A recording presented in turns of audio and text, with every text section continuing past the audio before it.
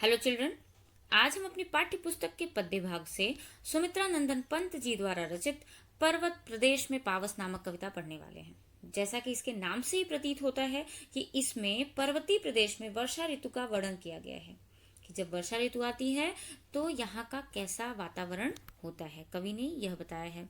इस कविता के रचनाकार अर्थात सुमित्रा नंदन पंत जी को छायावाद का आधार स्तंभ कहा जाता है। इन्होंने 7 वर्ष की आयु से ही काव्य पाठ आरंभ कर दिया था, जिसके लिए इन्हें पुरस्कृत भी किया गया था।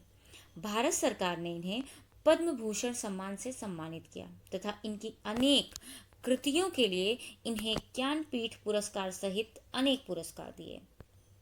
पंत जी को प्रकृति का सुकुमार कवि कहा जाता है, क्योंकि जितना अच्छा वर्णन इन्होंने प्रकृति का किया, जितना जीवंत वर्णन इन्होंने प्रकृति का किया, उतना किसी ने भी नहीं किया। इसलिए सुमित्रा नंदन पंत जी को प्रकृति का सुकुमार कवि भी कहा जाता है। इनकी रचनाओं को आप देख सकते हैं, यहाँ पर कुछ रचनाएं दी गई हैं। अब बढ़ते हैं कविता की ओर। पावस ऋतु थी पर्वत प्रदेश, पल पल परिवर्तित प्रकृति वेश। कवि कहते हैं कि पावस ऋतु थी अर्थात वर्षा ऋतु थी और पर्वतीय प्रदेश था, पर्वतीय क्षेत्र था। यहाँ पर प्रकृति जो है वो अपना रूप पल पल परिवर्तित कर रही थी, अपने रूप को पल पल बदल रही थी। उसके सामने मेखलाकार पर्वत अपार अपने सहस्त्र दिग सुमन फाड़ अवलोक रहा है बार बार नीचे जल में निज महाकार। उसके सामने मेखलाकार अर्थात करधनी के समान अपार पर्वत, अनेक विशाल पर्वत फैले हुए हैं और उन पर्वतों पर हजारों फूल खिले हुए हैं। वे फूल जो हैं वो ऐसे दिख रहे हैं जैसे लग रहा है वो उन पर्वतों की आंखें हैं। जिसके चरणों में पलाताल दर्पण सा फैला है विशाल। उसी पर्वत के ठीक नीचे एक तालाब है जिसका पानी इतना स्वच्छ और धवल है कि वह पर्वत के दर्पण के रूप में प्रतीत हो रहा है। ऐसा लग रहा है जैसे वो पर्वत का दर्पण है। तो अपने सहस्त्र दृग सुमन फाड़ अवलोक रहा है बार बार। कवि ने यहाँ पर प्रकृति का मानवीकरण करते हुए कहा कि जो उसकी हजारों फूल रूपी नयन है, पर्वत के फूल रूपी जो नयन है, उनसे वो क्या देख रहा है, अपने निज महाकार, नीचे जल जो है उसमें अपने महा आकार को, अपने विशाल रूप को देख रहा है। और ऐसा लग रहा है जैसे प्रकृति के इस रूप को देखकर ऐसा लग रहा है जैसे जो पर्वत है अपने विशाल रूप को, अपने विशाल रूप के प्रतिबिंब को उस तालाब में देख रहा है। जो तालाब रूपी दर्पण है उसे वो किससे देख रहा है, अपने फूल रूपी नयनों से।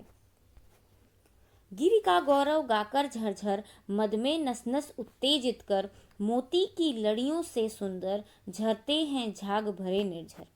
कवि कहते हैं कि गिर का गौरव अर्थात पर्वत की महिमा, पर्वत की बड़ाई, पर्वत का बखान कौन गा रहा है, झरने गा रहे हैं। जो पर्वत से झरने बहते हैं उनमें जो आवाज आती है उन्हें सुनकर ऐसा लग रहा है जैसे वो पर्वत की महिमा का बखान कर रहे हैं। और उनके इस स्वर को सुनकर दर्शकों के नस नस में उत्साह भर जाता है। वे प्रेम और उमंग से ओतप्रोत हो जाते हैं। आगे कवि कहते हैं, मोती की लड़ियों से सुंदर झरते हैं झाग भरे निर्झर। जब पर्वत के ऊपर से झरने बह रहे होते हैं, निर्झर अर्थात झरने बह रहे होते हैं, तो वे झाग भरे दिखाई देते हैं। ऐसा लगता है कि वे झाग से भरे हुए हैं, क्योंकि वो इतने श्वेत और धवल हो जाते हैं।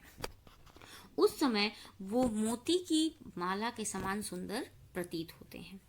आगे कवि कहते हैं कि गिरवर के उड़ से उठ उठकर उच्चाकांक्षाओं से तरुवर। उन्होंने कहा कि पर्वत के ऊपर जो ऊंचे ऊंचे विशाल वृक्ष हैं, तरुवर अर्थात वृक्ष, जो ऊंचे ऊंचे वृक्ष हैं, उन्हें देखकर ऐसा लगता है जैसे उनके मन में उच्च आकांक्षाएं यानी बड़ी बड़ी इच्छाएं छिपी हुई हैं। अपनी बड़ी बड़ी इच्छाओं के साथ वे क्या कर रहे हैं, है झांक रहे नीरव नभ पर अनिमेष अटल कुछ चिंता पर। वे झांक रहे हैं किसको, नीरव नभ को अर्थात शांत आकाश को वे देख रहे हैं। और कैसे देख रहे हैं, एकदम मौन अपलक। यहाँ पे इन्होंने कहा कि वे अनिमेष अटल अर्थात वे उन्हें बिना हिले डुले और बिना पलके झपकाए लगातार देख रहे हैं। परंतु उन्हें देखकर ऐसा लग रहा है जैसे वो कुछ चिंता लीन है, वे कुछ चिंता में हैं और शायद आकाश का रहस्य सुलझाने में लगे हुए हैं। आगे कवि कहते हैं, उड़ गया अचानक लो भूधर, फड़का अपार वारिद के पर। अचानक भूधर अर्थात पर्वत को देखकर ऐसा लगता है मानो एक पूरा पहाड़ पारे के समान धवल अर्थात श्वेत और चमकीले पंखों को फड़फड़ाता हुआ ऊपर आकाश में उड़ गया हो। बादल रूपी परों को फड़फड़ाता हुआ उड़ गया हो। और इसका अर्थ क्या है? इसका तात्पर्य अगर हम समझें तो कहना ये चाहते हैं कि वर्षा होने वाली है। अचानक क्या हुआ कि पहाड़ के समान ही अनेक बादल छा गए और जिसकी वजह से पर्वत नहीं दिखाई दे रहा है। तो उस समय ऐसा प्रतीत होता है जैसे पर्वत जो है वो खुद ही आकाश में चला गया हो। रवशेष रह गए हैं निर्झर, है टूट पड़ा भू पर अंबर। उस समय झरने भी दिखाई नहीं दे रहे हैं और रवशेष अर्थात केवल उनकी ध्वनि ही सुनाई पड़ रही है, ध्वनि ही शेष रह गई है। और उनकी ध्वनि सुनाई पड़ ही रही थी कि अचानक इतनी तेज वर्षा हुई कि ऐसा लगा जैसे धरती पर आकाश टूट पड़ा हो, क्योंकि उसने अपने बारिश रूपी बाणों से धरती पर आक्रमण कर दिया। अर्थात तेज वर्षा होने लगी तो ऐसा प्रतीत हुआ जैसे धरती पर आकाश ने अपने बारिश रूपी बाणों से आक्रमण शुरू कर दिया हो। धस गए धरा में सभय साल। अब उन्होंने कहा कि जो पेड़ों के झुंड थे, अनेक साल के जो पेड़ थे, वे बादलों के झुंड में ऐसे दिखाई दे रहे हैं जैसे वे डर कर भयभीत होकर धरती में धस गए हों। उठ रहा धुआं जल गया ताल। अब तालाब के पानी में जब ऊपर बादलों के पानी गिर रहे हैं अर्थात जब वर्षा हो रही है तो उन्हें देखकर ऐसा लग रहा है जैसे तालाब से धुआं निकल रहा है, क्योंकि उनमें तेज वर्षा जब हो रही है तो पानी से भाप निकल रहा है या ऐसा लग रहा है जैसे धुआं निकल रहा है। अब इस मनोरम रूप को, इस दृश्य को देखकर ऐसा लग रहा है जैसे यों जलद यान में विचर विचर था इंद्र खेलता इंद्र जाल। अब इस प्रकार वर्षा का देवता कौन है? इंद्र, अर्थात जो वर्षा के देव इंद्र हैं वे अपनी जलदयान, अब जलदयान का अर्थ है बादल रूपी विमान, वे अपने बादल रूपी विमान में घूम घूम कर अपना कोई जादुई खेल दिखा रहे हैं। इंद्र खेलता इंद्रजाल, वो अपना कोई जादुई खेल हमें दिखा रहे हैं।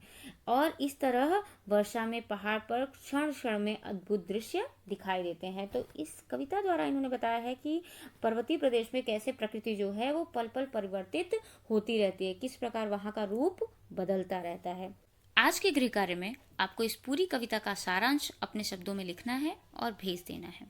तो इस पूरी कविता को अच्छे से समझकर इसका सारांश अपने शब्दों में लिखिए और भेज दीजिए। धन्यवाद।